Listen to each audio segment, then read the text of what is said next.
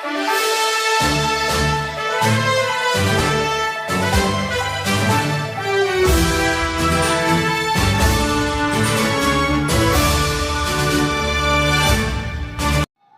नमस्कार. प्रथमच तुमच्या अकलूज नगर परिषदेची निवडणूक पार पडते, तर शिवसेना उभाटाच्या वतीने आपण मोहिते पाटलांसोबत युती करून, म्हणजे महाविकास आघाडीमध्ये तुम्ही आहातच, इथं पण आपण युती करून 2 जागा लढवत आहात. तुमची काय प्रतिक्रिया असेल? पहिलीच निवडणूक आहे तुमची. जय महाराष्ट्र सर्वांना.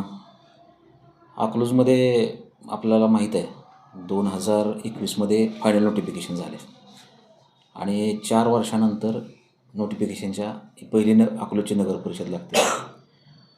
अकलूज नगर परिषदेमध्ये नगर परिषद जशी मंजूर झाली तेव्हापासून विकास कामांचे जे काय रोकटोक आहे आणि निधी आणण्यावरून जे राजकारण आहे ह्याच्या अनुषंगाने राजकीय उलटातापत पण त्यावेळी झालेले आहे.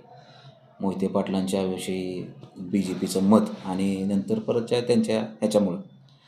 परंतु शिवसेना म्हणून उभाठा गटाकडून जे आमचे 2 उमेदवार या ठिकाणी आम्ही महाविकास आघाडी म्हणून किंबहुना शरदचंद्रजी पवार साहेबांचा आणि उद्धव साहेबांचा जो आपला पक्ष आहे यांच्या थ्रू आम्ही उतरवलेत. हे सर्वांच्या सहमतीनं आणि सर्वांच्या विचारानं आम्ही करून उभं केलं आहे.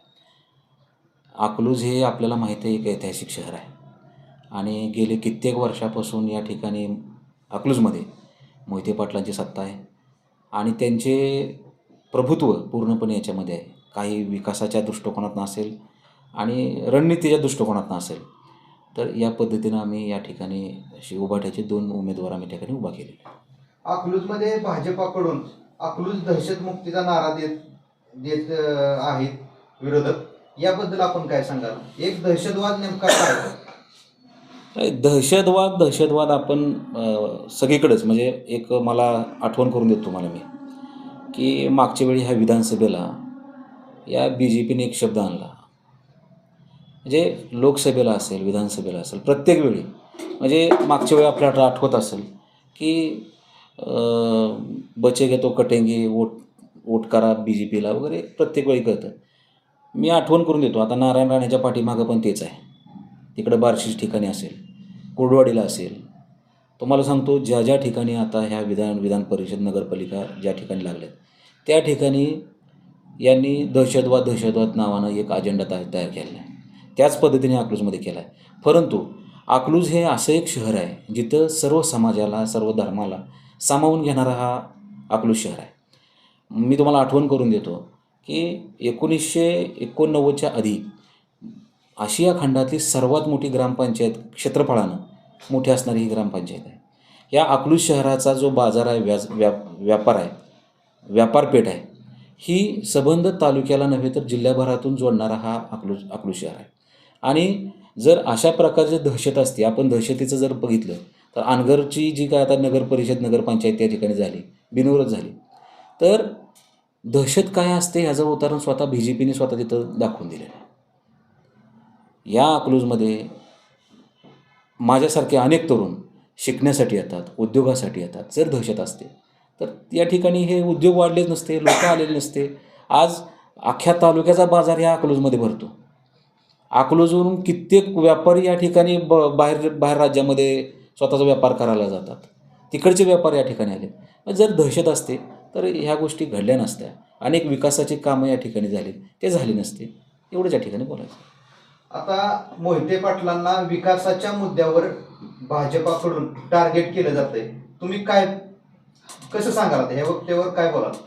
बघा, विकासाच्या बाजूने बोलण्याचा खरा BJPला अधिकार नाही. अकलूजमध्ये मला सांगा, ज्याप्रमाणे एखाद्या जिल्ह्यामध्ये जिल्ह्याची जागा असते, तालुक्याची जागा असते, तालुक्याचं ठिकाण असते, जिल्ह्याचं ठिकाण असते. अकलूज हे असं एक शहर आहे आपल्या पश्चिम महाराष्ट्रामध्ये. जर आपण बारामती आणि अकलूजची तुलना केली जाते, म्हणजे जेवढे जिल्ह्यामध्ये एखाद्या जिल्ह्याच्या ठिकाणी जेवढे काही शासकीय कार्यालय असावीत तेवढे सर्व कार्यालय अकलूजच्या ठिकाणी आहेत. आता कलेक्टर ऑफिस नाही, तालुका ऑफिस नाही, कोर्ट नाही, ह्या गोष्टी हा टेक्निकल गोष्टी आहेत. परंतु RTO ऑफिस असेल, मला सांगा, बाबासाहेबांनी जे आपल्याला संविधान दिलं आणि त्या संविधानामध्ये आपल्याला 3 मूलभूत अधिकार या ठिकाणी आपल्याला दिले. कोणते? तर ते शिक्षण असेल, रोजगार असेल, आरोग्य असेल. ह्या शिक्षण, रोजगार, आरोग्यावरती या मोहिते पाटलांनी कायमस्वरूपी काम केले. आपल्याला सगळ्याला माहीत आहे की तालुक्यामध्ये सगळ्यात जास्त शिक्षणाचं जाळं कुठं असेल तर त्या अकलूजमध्ये. सर्व प्रकारच्या सर्व फॅकल्टीच्या कॉलेजेस या ठिकाणी मोहिते पाटलांनी उभा केलेत.